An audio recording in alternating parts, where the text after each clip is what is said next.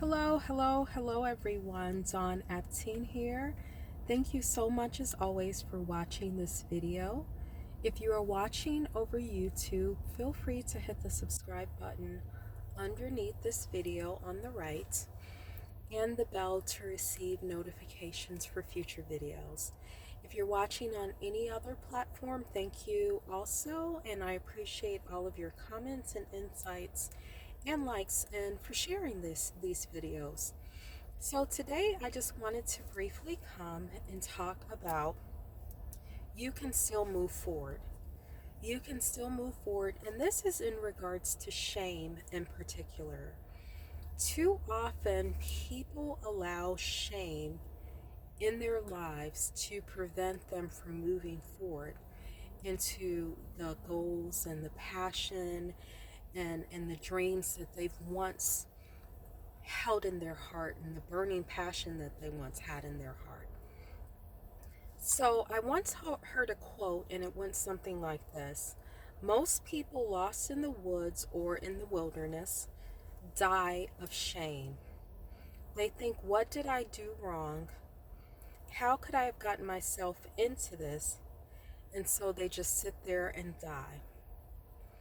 So those people do not move forward because they're ashamed. And I once heard it expressed that guilt is something you've done, whereas shame is who you believe you are. Psychology today puts it this way: guilt involves the awareness of having done something wrong. It arises from our actions. Shame, on the other hand, may result from the awareness of guilt, but apparently is not the same thing as guilt.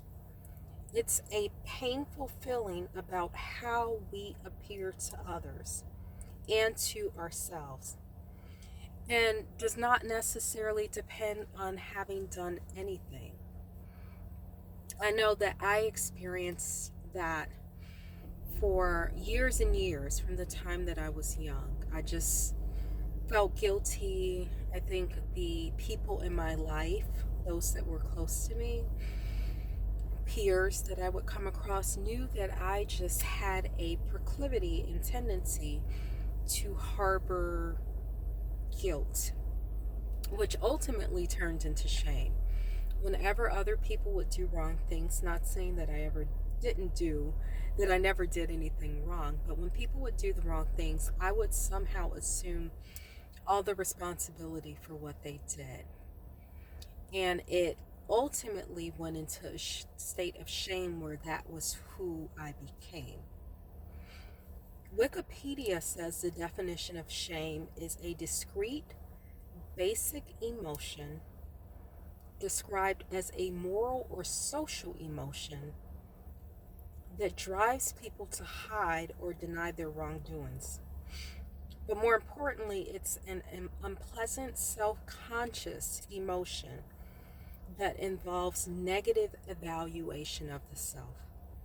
So again, it involves negative evaluation of the self, and it keeps people from moving forward, as in the wilderness, lost in the wilderness example. I'm not going to try, I'll just sit here and die because I deserve to die because I feel ashamed. And so often we carry that attitude throughout life. I deserve, maybe not necessarily to die a physical death, but not to move forward and to progress because of the situation that I've gotten myself into. I've allowed myself to get in this situation at this point in my life. So I'm not going to try. I'm not going to even try to move forward because I don't deserve to move forward. So people often feel shame for two reasons that I thought of. It's because of things that they've done in the past. Perhaps a relationship failed.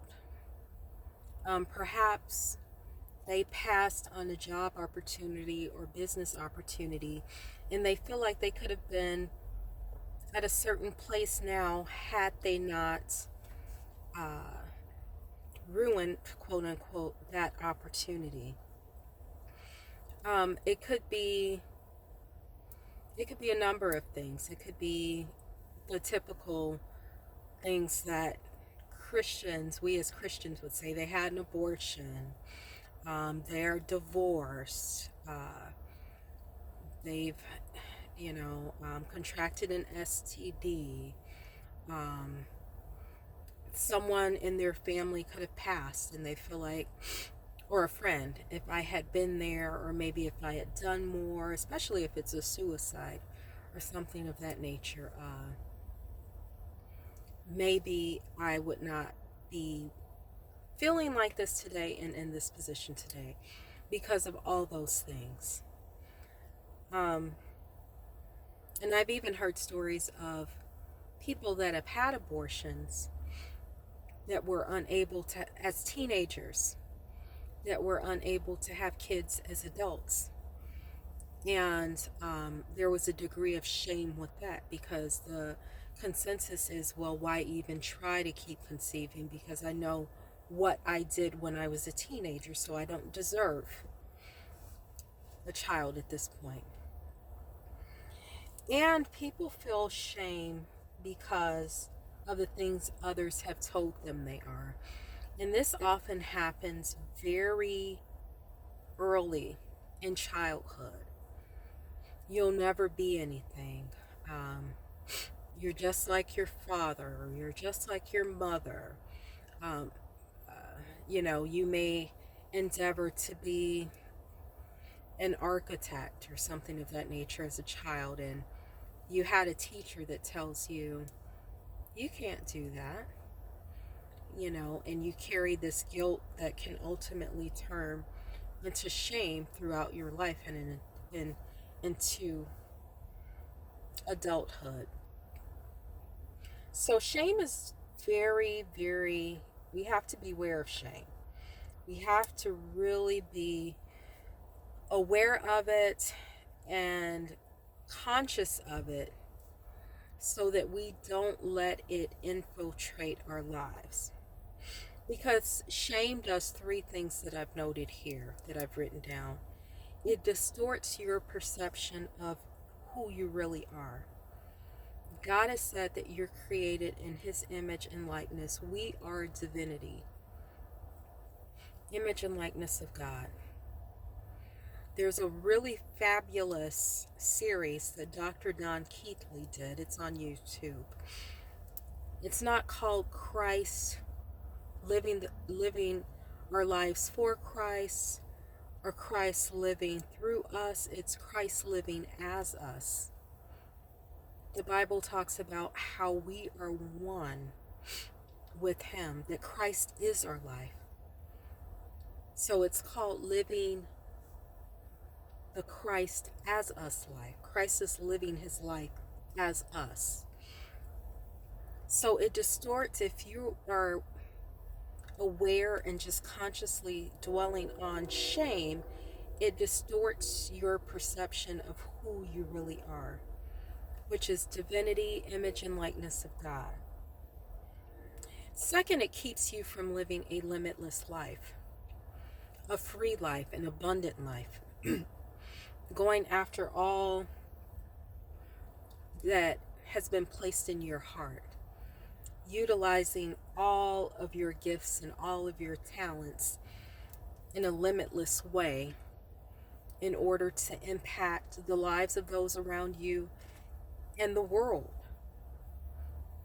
as a whole. And finally, it hinders your ability to receive. When you are operating in shame, someone may want, and this is just a very watered down example, if my hand is closed and someone wants to give me money or a check, I need to open my hand. I have to be able to receive it. But if I'm so tense, I'm operating in shame, I'm feeling ashamed, I'm not able to receive what someone wants to give me. And I know that from firsthand experience. Back in, I would say it was 2008, so it was over 10 years ago, I went through a really, really hard time financially. Very hard time. Ended up having to give my vehicle back, didn't have a vehicle, really no place set to live or to stay. And when I reflect back on that time, the thing that was going on was that a relationship had ended in my life. Now, often we all know that it takes two people for a relationship to end, but in this case, in this particular case, there was,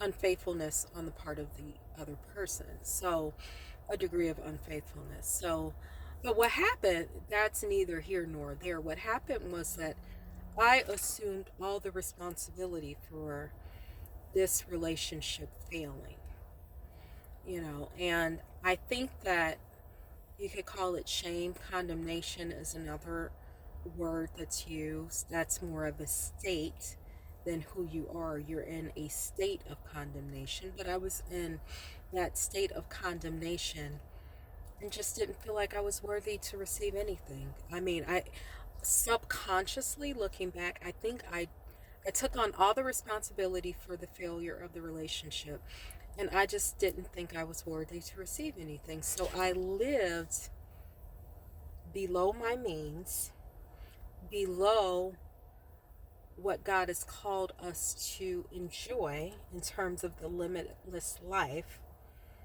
and was subconsciously not willing to receive anything because of that condemnation and that shame. So I've seen the firsthand effects of how dangerous that is. So this is what the Bible says about shame. Isaiah 54:4 says, "Fear not, for thou shalt not be ashamed, neither be thou confounded, for thou shalt not be put to shame.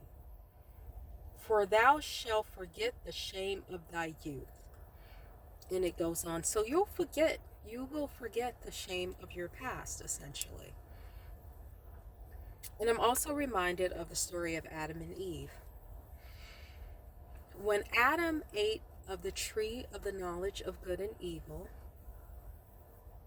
he felt ashamed. If you remember the story, God came looking for Adam and Eve in the cool of the day, as he always came looking for them. But they hid themselves. They did not think that they were worthy to be in God's presence because they had ate of the tree of the knowledge of good and evil. And remember, the Lord told them, "The day you eat of that fruit, you will surely die." God did not say, "The day you eat of the tree of the knowledge of good and evil, I'll kill you." He said, "You'll die."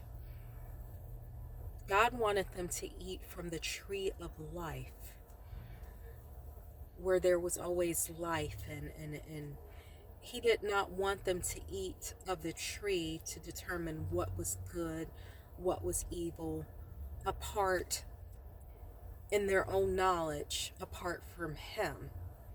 And remember, the reason that they ate from the tree is because they thought that it would make them more like God, when of course they were already created in the image and the likeness of God. So they did not have to go outside of their source that they were connected to already to try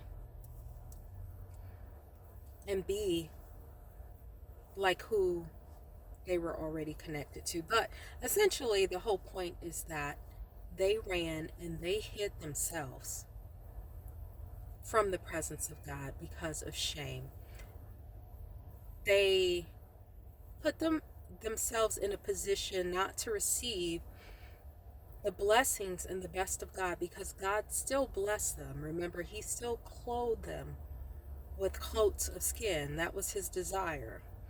was to still bless them, even after Cain killed Abel. God put a mark on him to protect him.